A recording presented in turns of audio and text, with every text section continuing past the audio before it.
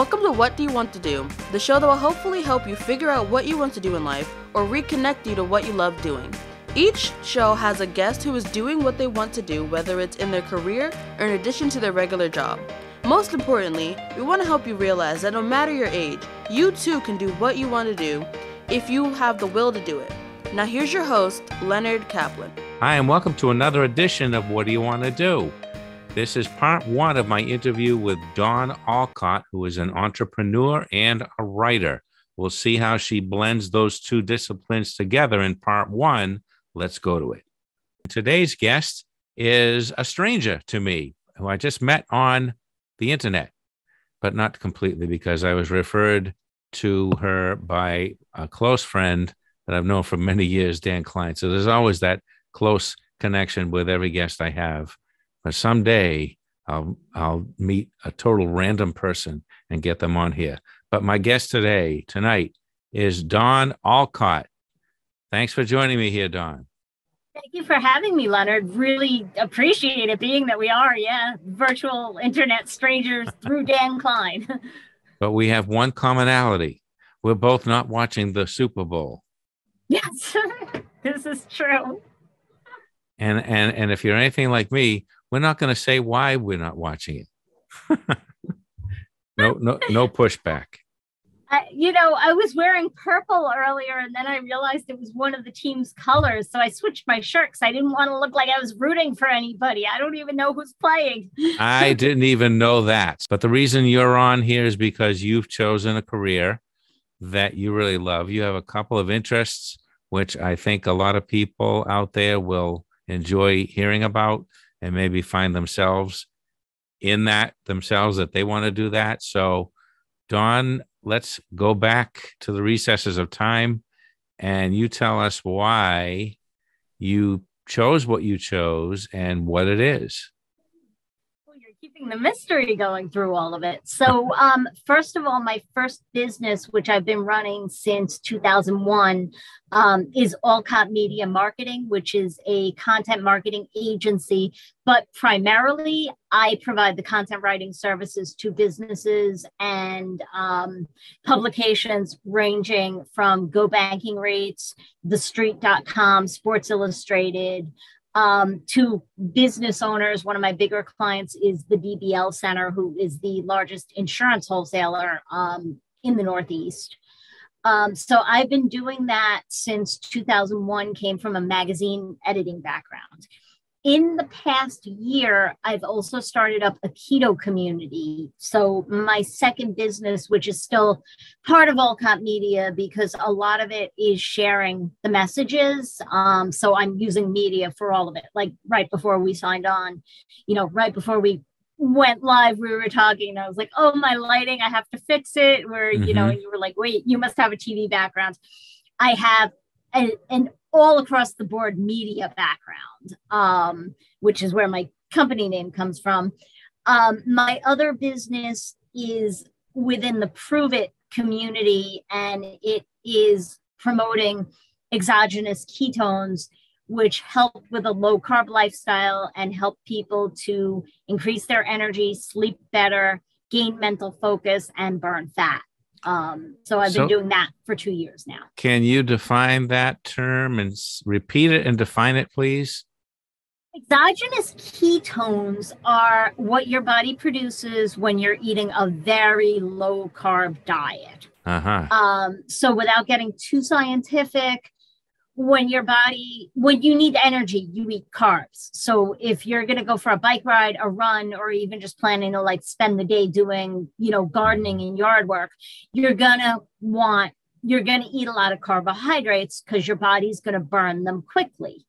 Mm-hmm. We all know how we feel when we have a lot of sugar or a lot of carbohydrates to start the day. Maybe you wake up, you have your coffee, your donuts, whether it's Dunkin' Donuts or Tim Horton or whatever. By 3 p.m., you just feel like, I want a nap. I feel terrible. So ketones help you avoid that crash by giving you clean burning energy throughout the day. The best way to achieve that is with a low carb diet. So eliminate the sugar, eliminate the pasta, eliminate the potatoes, things like that, all those things we crave, and eat healthy proteins, healthy fats. The exogenous ketones, which are the ketones that we drink, put your body into that state of ketosis, burning ketones really fast within 59 minutes. And that's basically regardless of what you're eating. So you get that energy burst without the crash. Wow. It sounds pretty scientific. Just the term alone sounds scientific, actually, Dawn. Yeah. So one of my goals is really just with my keto community, break that down into something simple, like eat 2 low carb meals. So cut out the sugar, pasta, and all the processed junk. 2 low carb meals, drink 2 ketone drinks a day, and try to move your body every day. And that's it.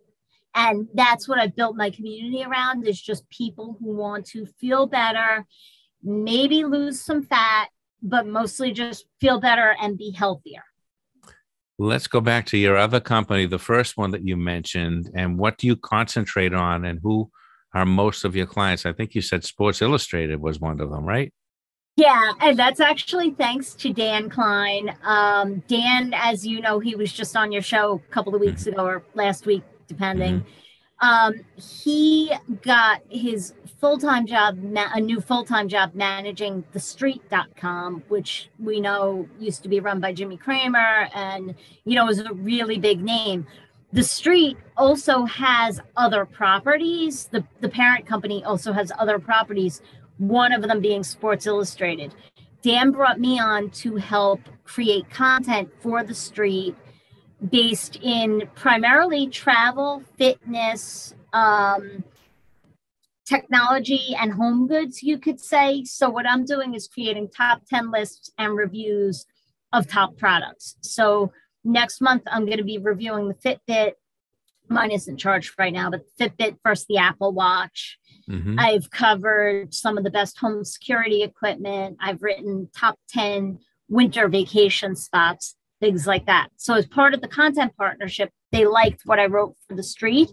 They asked me to contribute to Sports Illustrated, SI.com as well. So I just did a 5 best virtual home gyms you can buy. So I covered Peloton, I covered the Mirror, and a few others that are like Tonal, I think was one of them.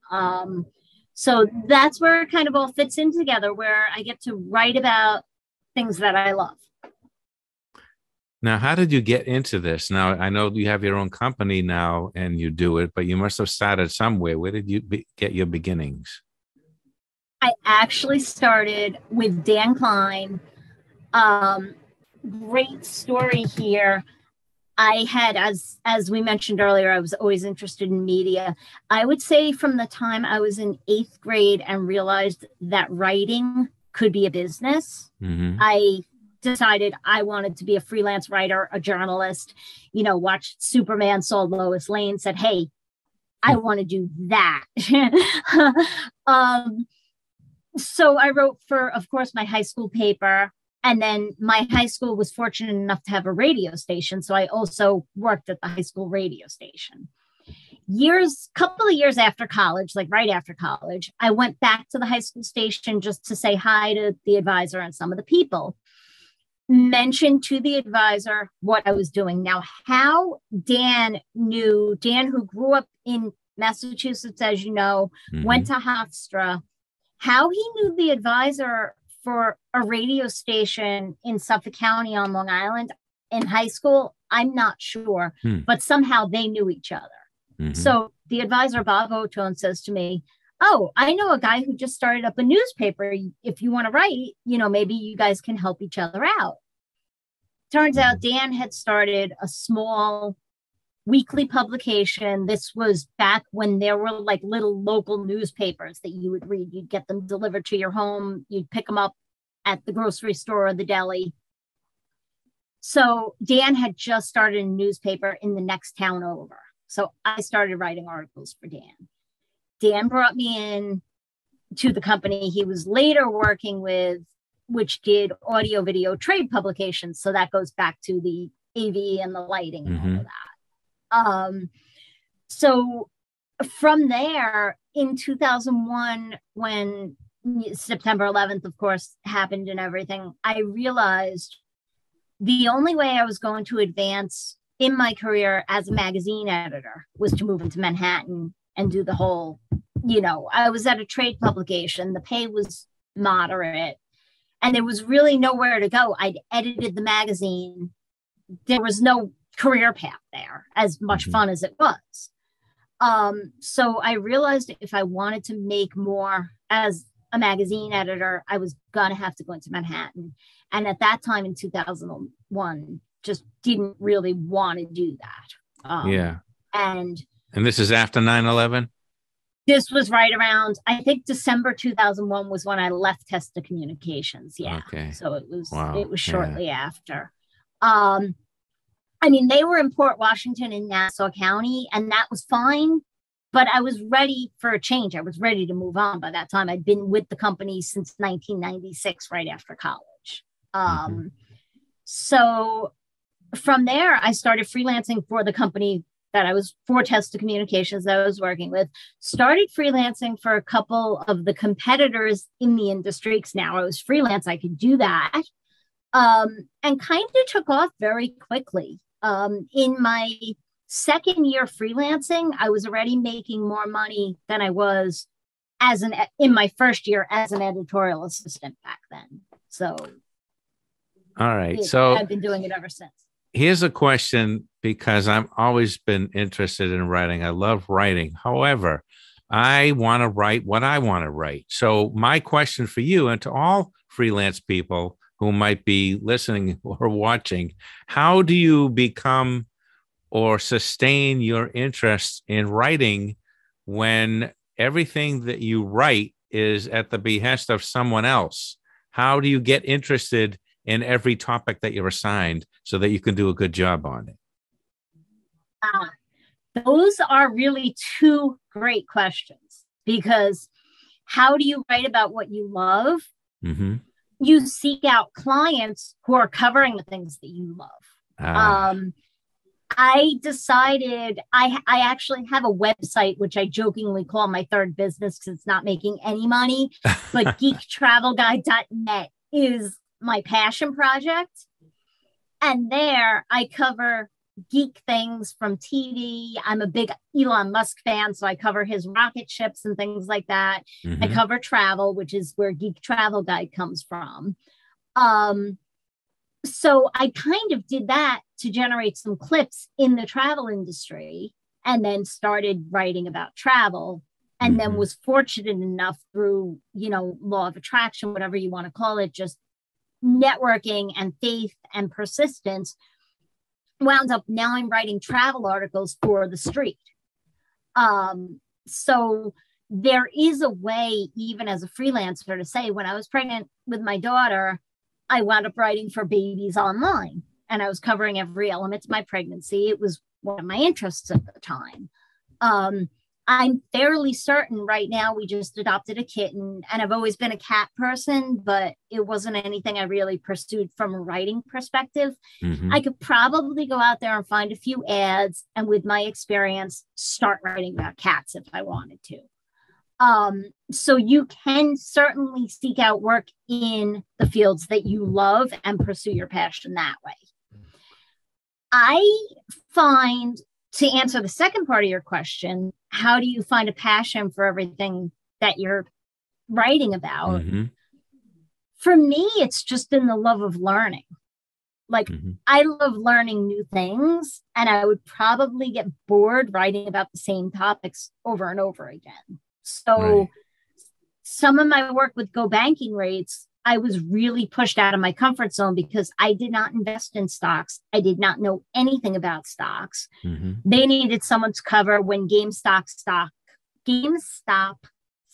that's a tongue twister, started to rise really rapidly. And there was the whole Reddit thread going on, and people were really interested in retail investing. They needed someone to cover that. And I happened to be around, and I happened to be a good writer. So I jumped right in. I started learning about it, and I was just passionate about learning this whole new exciting field. So it can go either way. And there are plenty of writers who say, well, no, I only want to write about say for instance, they only want to write about parenting and cats. Certainly there's a niche for that. That strikes me funny, that combination. I don't know why. Yeah. Well, just parenting and cats. I feel like we're parenting cats right now. So yeah. You're a cat parent. Yeah. But, there are people who say they only want to write in certain fields. For me, the passion is on my first blog when I first started out, like back in, I guess, the 90s when everybody had a blog, was called Anything That Pays, because I would literally write about anything if someone was willing to pay me for it. Mm-hmm. Wow. And that's the way I've always been. So I would say that the opportunities would be more open to a freelance writer by being open to learn new topics and write about anything. That's a good answer. And that's a good attitude, because that's going to keep you going as long as you want to do it and as long as you have to work, Now, what about the other branches of media? You do more than just writing. How did you get into the video aspect of what you do? Don't really do a lot of video. I'll be honest. My first time doing a podcast with a client like this, I was like, oh, this was GBL Center. Mike, I'll interview you. We'll have the camera going and it'll be me as your copywriter interviewing you about these new insurance products. It was so bad. Like my on-camera presence, I guess, was so bad that the video editor took me out of it entirely and just posted my questions as text on the screen. I don't think it's bad at all. You have a very welcoming personality, I think.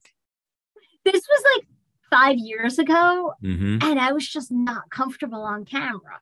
So you practiced.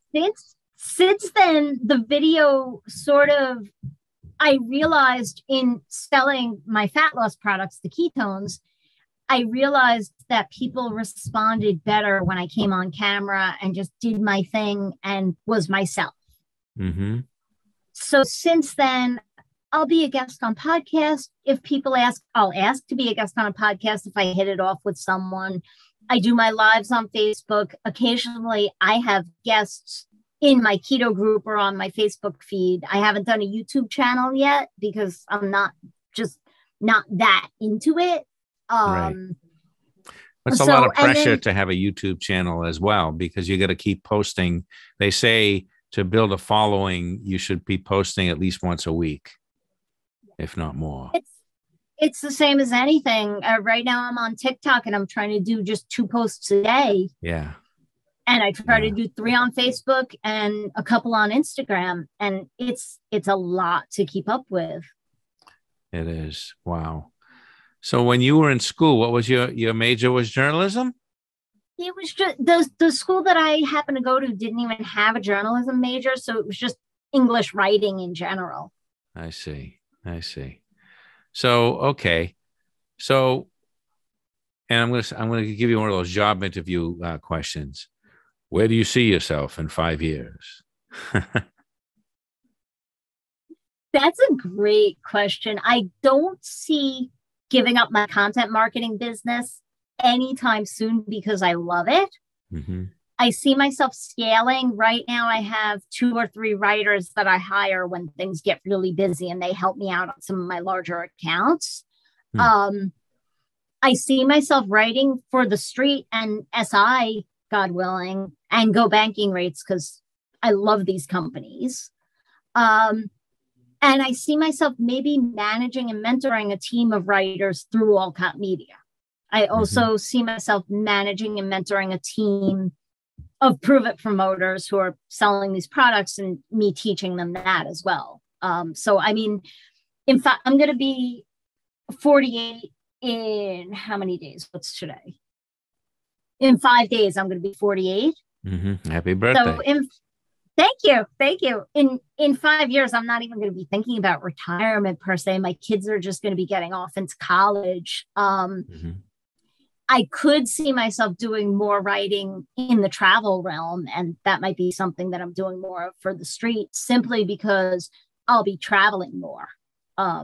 I'd love to monetize geektravelguide.net so that it's something that's actually bringing in money so I can justify the time I'm putting into it. And maybe hiring a team of writers there too. So how many websites do you have? 1, 2? I have Allcott Media Marketing is my business site. I haven't updated that in forever. I don't even do a blog on there. It's just up there to lend legitimacy to my business. And then I have geektravelguide.net that at one point we were pushing out 5 articles a week during the pandemic. Wow. Now I haven't updated it in like a year.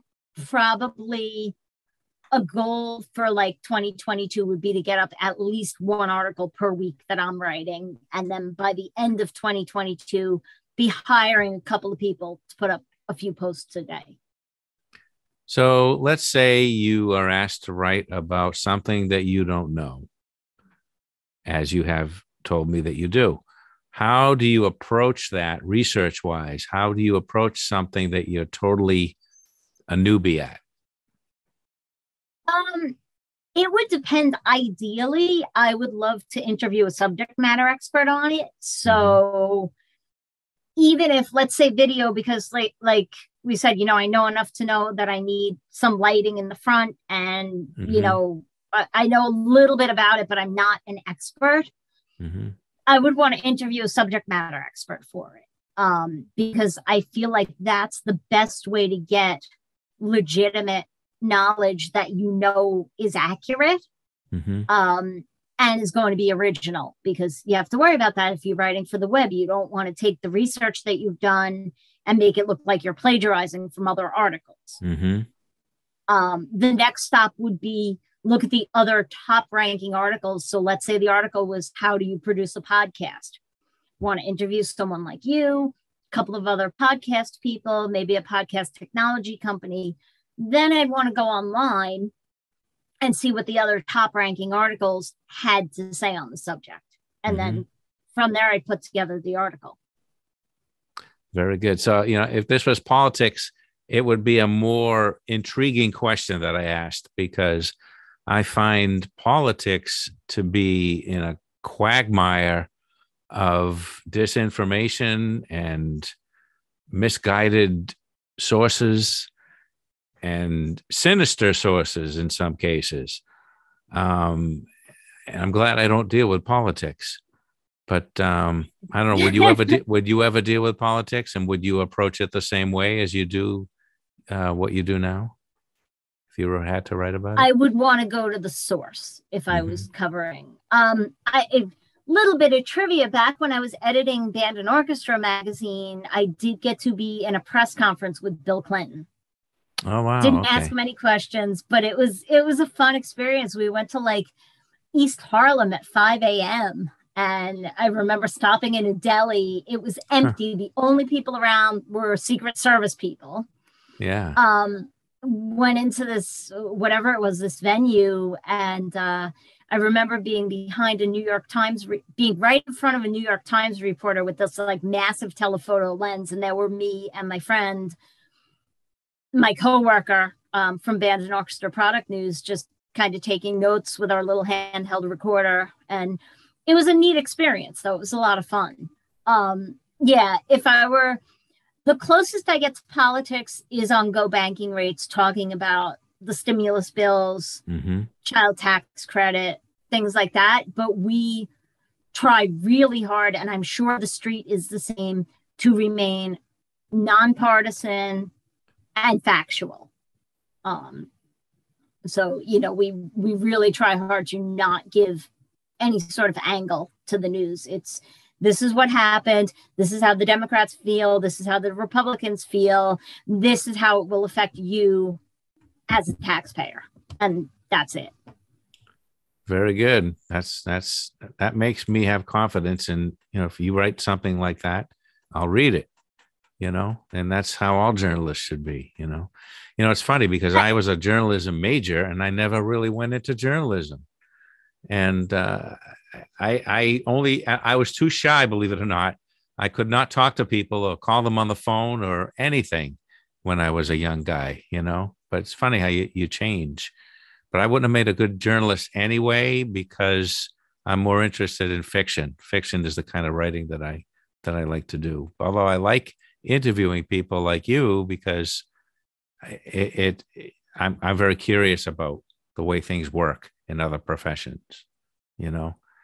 So let's go back, because I know that my audience is composed of a lot of people who are deciding what to do with their lives.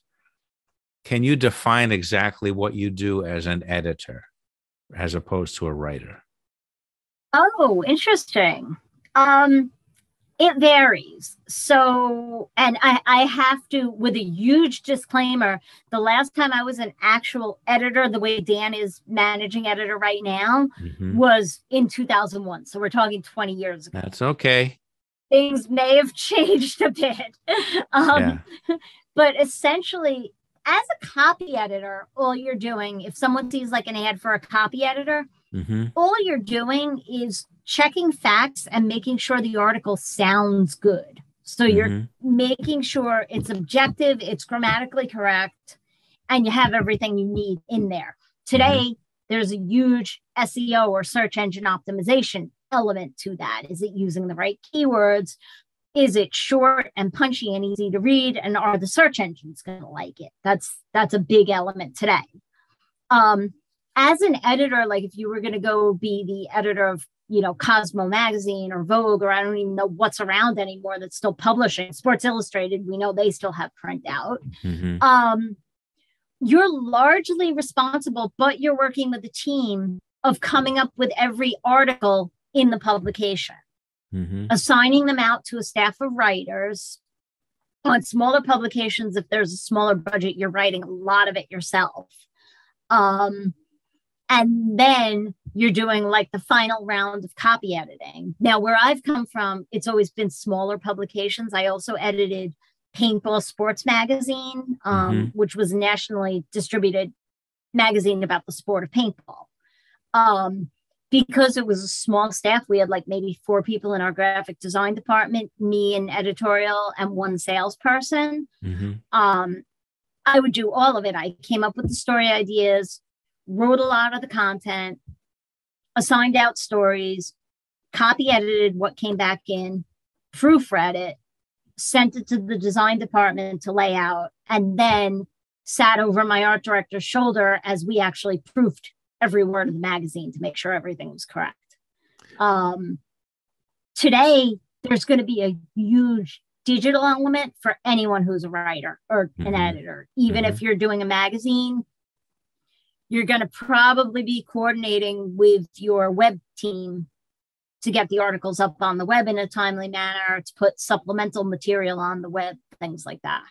Can you describe how copy editing is different from regular editing or copywriting? I know copywriting is a whole other thing. It can get really confusing. Copywriting is writing the copy for ads. It's for advertisements. So your number one goal is to sell. That's it. I'm going to add another one in there for you, content writing, which is mostly what I do. And that your goal is marketing, but you're not going in for the hard sell. You're educating people about the products, the lifestyle, whatever it might be, that ultimately the copywriters are trying to sell, but you're not responsible for the actual sales. What you want to probably do is get people interested enough in what you wrote that they're going to read what the copywriters wrote.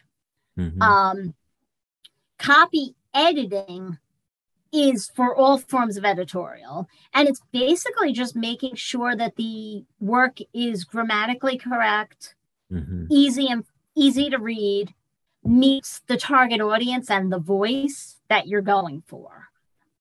So every publication has its own unique voice. Thanks for joining me on part 1 of my interview with Dawn Allcott, who at the end of that segment is explaining what a copywriter is and the differences between different kinds of editing and writing. On the next episode, the important one for some of you who are interested in what Dawn does, she will explain her trail, her journey into doing what she wants to do. And please join me next week when we have that. It'll be a short one, but an important one. So thank you for joining me for part 1. And until next week for part 2, what do you want to do?